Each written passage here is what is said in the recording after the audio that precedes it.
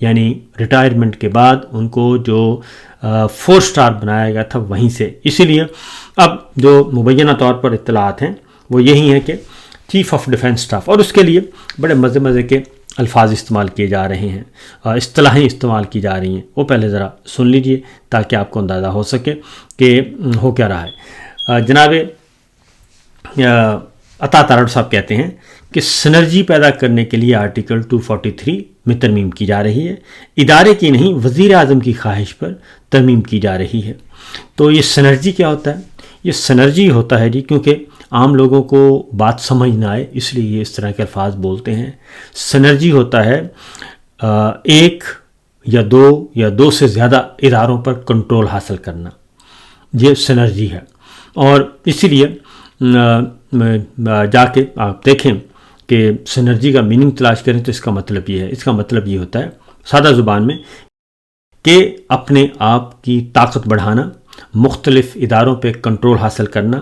اور اقتدار مختلف اداروں پہ کنٹرول کیوں حاصل کیا جاتا ہے؟ اس لیے کہ آگے جا کے میں آپ کو ایک بتاتا ہوں، ایک ذرا سنیے گا کہ فرماتے ہیں انصار عباسی صاحب فرماتے ہیں، انہوں نے لکھا ہے کالم، انہوں نے کہا جی ذرائع سے خبر ہے کہ کہا جاتا ہے کہ 27ویں ترمیم میں دفاع سے جڑی شقیں پاک بھارت جنگ سے سیکھے گئے سبق کی روشنی میں تیار کی گئی ہیں. اب یہ میں آپ کو بتا دوں کہ مطلب کیا ہے، پاک بھارت جنگ کا کیوں بات کی جا رہی ہے. انصار عباسی صاحب نے ذرائع سے خبر پوری دے گئے ہیں لیکن انفولڈ نہیں کیا. تو ایک تو میں آپ کو بتاؤں کہ 2019 میں فروری 2019 میں کسی نہ کسی نے یقین دہانی کروائی ہوئی تھی پاکستان کی طرف سے، اور چونکہ جنرل باجوہ اور امریکی وزیر خارجہ پومپیو جو ہیں وہ براہ راست رابطے میں تھے، اور بالاکوٹ جب ہوا، بالاکوٹ پہ جب ایک ایئر اسٹرائک کر کے انڈیا گیا انڈین جہاز، تو اس کے بعد یقین دہانی کروا دی گئی تھی کہ جناب اس پہ پاکستان جو ہے وہ رسپونڈ نہیں کرے گا، اور یہ بات تھی. لیکن جب نیشنل سیکورٹی کمیٹی کی میٹنگ ہوئی، عمران خان صاحب پرائم منسٹر تھے، اور انہوں نے کہا کہ جی اس کا جواب فی الفور دیا جانا چاہیے. لہٰذا پھر جواب دیا گیا، بھرپور دیا گیا. ابھی نندن جو ہیں وہ پکڑے گئے، اور 2 طیارے ان کے بھارت کے تباہ ہوئے. تیسرا ہیلی کاپٹر وہ بھی فوجیوں سمیت جو ہے وہ گر کر تباہ ہو گیا مقبوضہ کشمیر میں. اور بپن راوت جو ہیں، بپن راوت یا army chief, I think army chief تھے، بپن راوت تو چیف آف ڈیفنس اسٹاف تھے، تو وہ بال بچے. اب جنرل باجوہ صاحب جو ہیں وہ بپن راوت کے انڈر اقوام متحدہ کی پیس کیپنگ فورس میں ان کی کمان میں کام کر چکے تھے بپن راوت کی. تو یہ بھی ایک ایشو تھا. اس کے بعد آتے ہیں پاک فضائیہ نے یہ کام کر دیا، اور پاک فضائیہ نے بھرپور جواب دیا ابھی نندن والا ایونٹ کر کے جی.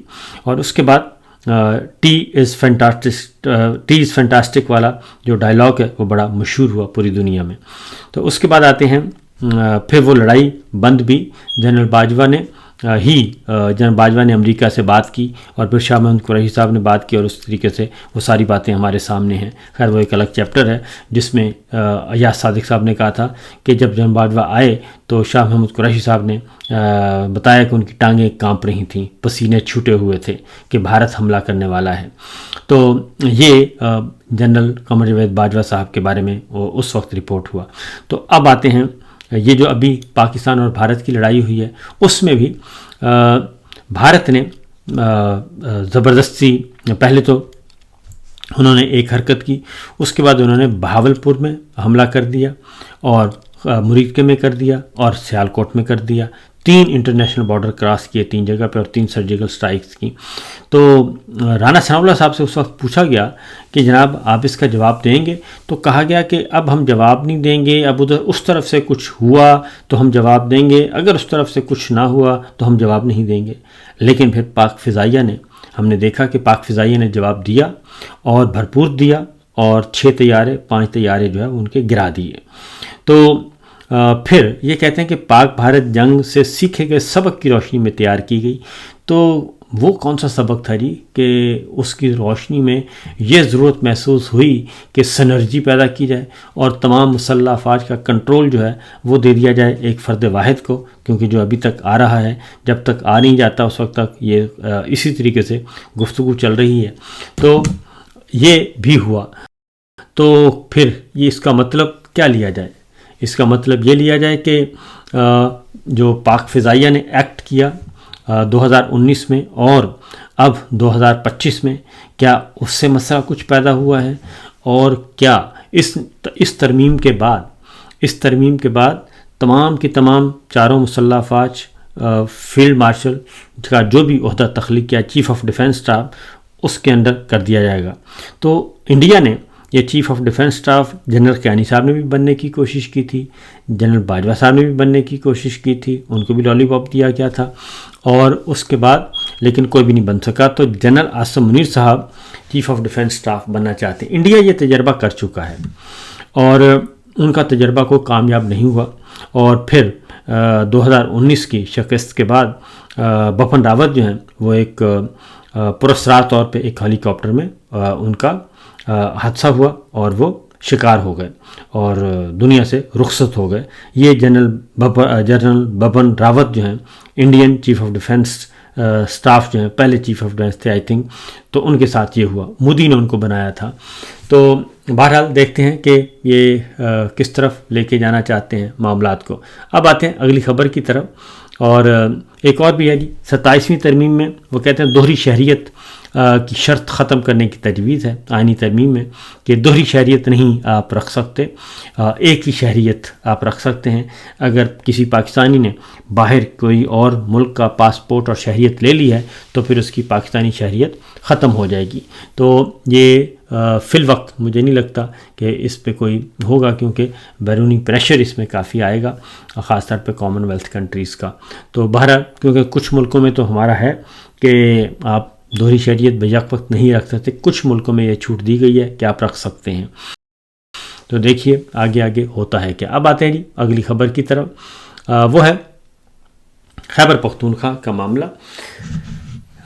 بہت ہی معاملات تیزی سے آگے بڑھ رہے ہیں. سہیل آفریدی صاحب، جنید اکبر صاحب، مینا آفریدی، شفیع جان، سب کے سب، اور سپیکر بابر سلیم سواتی، مشتاق غنی صاحب، سب کے سب متحرک ہو چکے ہیں. تیمور سلیم جھگڑا متحرک ہیں. علی محمد خان دوبارہ رنگ میں واپس آ گئے ہیں.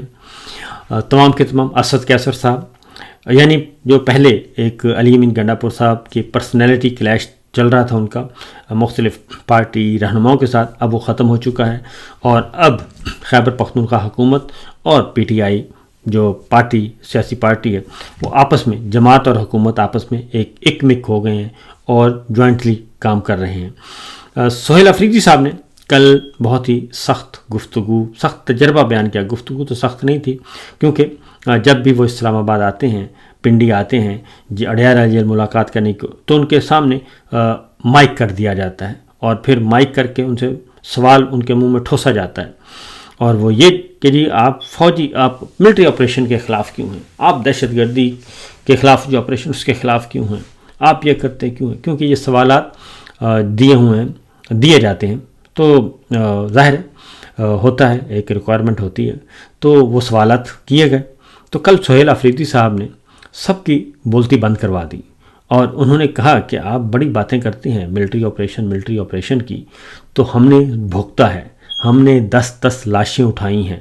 اور اس نے کہا میں نے خود اٹھائی ہیں اپنی فیملی ممبرس کی، اور جب ہم لاشیں اٹھاتے تھے تو پہاڑ سے اوپر سے فورسز ہم پہ گولیاں مارتی تھیں، اور اس کے بعد نہ ہماری مائیں بہنیں بیٹیاں محفوظ، ان کے سر محفوظ نہیں تھے، ان کو بے پردہ کیا گیا، اور وہ گلیوں بازاروں میں وہ بھاگنے پہ رہنے پہ مجبور تھیں اور ننگے سر. اس کے بعد ہمارے گھر بار جو ہیں وہ لوٹے گئے اور ٹوٹے، اور وہ سارے کے سارے اسی جنگ کی نظر ہو گئے. پھر انہوں نے ایک اور بات کی، انہوں نے کہا ہماری مسجدیں بھی محفوظ نہیں رہیں، اور مسجدوں میں کتے لے کے جاتے تھے، اور اس کے بعد منع کرتے تھے کہ آپ کتوں کی، یہ مسجدوں کی بے حرمتی مت کریں. تو وہ کہتے تھے کہ جناب آپ بھی کتے ہیں، آپ اور انسانوں میں اور ان میں کوئی فرق نہیں، آپ میں اور اس میں، لہٰذا یہ حد تک انہوں نے کہا کہ ہماری تذلیل کی گئی، تو ہم یہ ساری باتیں کیسے بھول سکتے ہیں؟ اور اس کے باوجود انہوں نے کہا کہ ہم نے پاکستان زندہ باد کا نعرہ لگایا اور پاکستان کے ساتھ کھڑے رہے، اور صلہ ہمیں یہ دیا جاتا ہے کہ اب ایک اور جنگ اور ہم غدار ٹھہرتے ہیں۔ تو کل انہوں نے بہت جواب دیا ہے ٹکا کے۔ اسی طریقے سے شفیع جان نے جواب دیا، پھر جنید اکبر صاحب متحرک ہو چکے ہیں، تو اس کا نتیجہ یہ نکلا کہ سہیل آفریدی صاحب کا اور جنید اکبر خان کی گرفتاری کے لیے جو اسلام آباد پولیس ہے وہ متحرک ہو گئی، اور خیبر پختونخوا ہاؤس اسلام آباد میں گئی، اور ان کے وارنٹ گرفتاری جو ہیں وہ لے کے تھانہ کوثار کی جانب سے وہ لے کے گئے جی، وہاں پہ کوئی نہیں تھا۔ تو اب اس طرح کے اوچھے ہتھ کنڈے جو ہیں وہ آ گئے ہیں۔ آئیے میسج کیا دینا چاہتے ہیں خیبر پختونخوا کے عوام کو، صوبے کو، ایک اکائی کو؟ یہ ان کے لیے باعث شرم ہے۔ اور اس کے بعد سہیل آفریدی صاحب نے کہا کہ اپنے موقف پر قائم رہوں گا اور عمران خان کے نظریے کو نہیں چھوڑوں گا، میری جان بھی جاتی ہے تو چلی جائے، میں پیچھے نہیں ہٹوں گا۔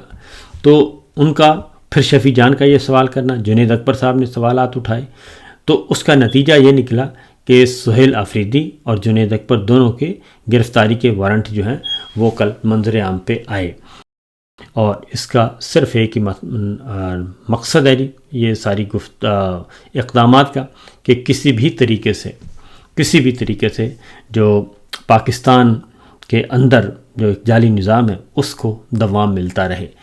آگے شفیع جان نے بھی کل بہت امپورٹنٹ سوالات اٹھائے، کیونکہ صحافیوں کو ڈیل کیا انہوں نے کہا جی میں آپ کے پاس کچھ سوالات DGISPR کے لیے چھوڑ کے جا رہا ہوں کہ پچھلے مہینے ٹیلی گراف کی رپورٹ میں شائع ہوئی رپورٹ میں بتایا گیا کہ بلوچستان میں پوست بھنگ کی کاشت سب سے زیادہ ہو رہی ہے، اور بلوچستان میں کس کی حکومت ہے؟ تو پاکستان پیپلز پارٹی کی ہے اور سرکار کی ہے، اسٹیبلشمنٹ کی حکومت ہے۔ تو کیونکہ کل ایک جھوٹی خبر چلائی گئی، اور جھوٹی خبر چلا کے سہیل آفریدی اور مینا آفریدی کے بارے میں اور خیبر پختونخوا کے دونوں صحافیوں کا نام استعمال کر کے وزیر اعلیٰ سہیل آفریدی کے خلاف ڈاکومنٹری ایک بنائی گئی، اور سہیل آفریدی پر منفیات فروشی اور دہشت گردی سے گٹھ جوڑ کے الزامات لگائے گئے، اور جو دو صحافی تھے ان میں علی اکبر اور دوسرے محترم، تو انہوں نے محمد فہیم، انہوں نے انکار کر دیا، انہوں نے کہا جی کہ یہ ہمارا تو کوئی اس میں لینا دینا نہیں ہے، یہ ساری فیک رپورٹنگ ہے اور فیک نیوز ہے جو ہمارے نام سے منسوب کی جا رہی ہے، ہماری تصویریں لگا کے۔ تو اس طریقے سے یہ حرکتوں سے باز نہیں آ رہے، اور اس طرح کی حرکتوں سے باز نہیں آئیں گے تو پھر آپ خود سوچئے گا کہ کیا نتیجہ نکلتا ہے۔ تو سہیل آفریدی صاحب کا وہ جملہ سامنے آ گیا ہے کہ کتے باندھتے تھے اور ہمیں کہتے تھے کہ یہ کتے اور آپ ایک ہی چیز ہیں۔ جب اس طرح کی تلخیاں ہوں تو اس کے بعد ہی پیچھے رہ کیا جاتا ہے۔ اب ایک اور ڈیولپمنٹ ہوئی ہے، اور وہ ہے کل 7 استعفے آ گئے ہیں جی، اور 7 استعفے آئے ہیں جناب نیشنل سائبر کرائم ایجنسی جو ان کے آفیسر پکڑے تھے، اور ان تمام 7 گرفتار افسروں نے اپنے استعفے دے دیے ہیں FIA سے۔ تو director general cyber crime investigation Syed Khurram Ali نے ان 7 افراد کے استعفے وزارت داخلہ کو پہنچا دیے ہیں، اور ان میں کون کون شامل ہیں جی؟ ان میں گرفتار ایڈیشنل ڈائریکٹر سرفراز چودھری شامل ہیں، ڈپٹی ڈائریکٹر زوار حسین اس میں شامل ہیں، اور اسسٹنٹ ڈائریکٹر مجتبیٰ ظفر، شعیب رزاق ریاض اور محمد عثمان، سب انسپکٹر یاسر رمضان اور علی رضا شامل ہیں، جبکہ ڈپٹی ڈائریکٹر ایاز خان جو ہیں وہ بیرون ملک مفرور ہیں، یہ بتایا گیا ہے۔ اس طریقے سے یہ 7 استعفے آ گئے، اور یہ سکینڈل کیا ہے؟ سکینڈل ان پہ الزام وہی لگایا گیا ہے کہ انہوں نے پیسے وصول کیے ایک مختلف لوگوں سے، اور ان افسروں نے کہ آپ کا کیس ہم ختم کروا دیتے ہیں۔ تو میں یہ سمجھتا ہوں کہ یہ صرف یہ معاملہ نہیں ہے، بلکہ معاملہ کچھ اور نکلے گا، اور کچھ دنوں کے بعد یہ منظر عام پہ آ جائیں گی چیزیں۔ اس کی ریزن ہے کہ ان کو رشوت، مار دھاڑ، یہ کرپشن، اس سے ان کو کوئی سروکار نہیں ہے، یہ تو خود اس کی پیداوار ہیں۔ تو یہ کیسے ایک افسر کو، 5-7 افسروں کو صرف اس وجہ سے ان کو پکڑ لیں کہ یہ سزا سنانی ہے؟ تو لہٰذا یہ آگے، اور جو منشیات فروشی کا الزام لگایا گیا تھا سہیل آفریدی صاحب پہ، تو ٹیلی گراف کی رپورٹ ہے کہ بلوچستان میں سب سے زیادہ جو ہے وہ ہو رہی ہے، اس وقت ہو رہی ہے پوست اور بھنگ، پورے دنیا میں نمبر 1 پہ بلوچستان آ گیا ہے۔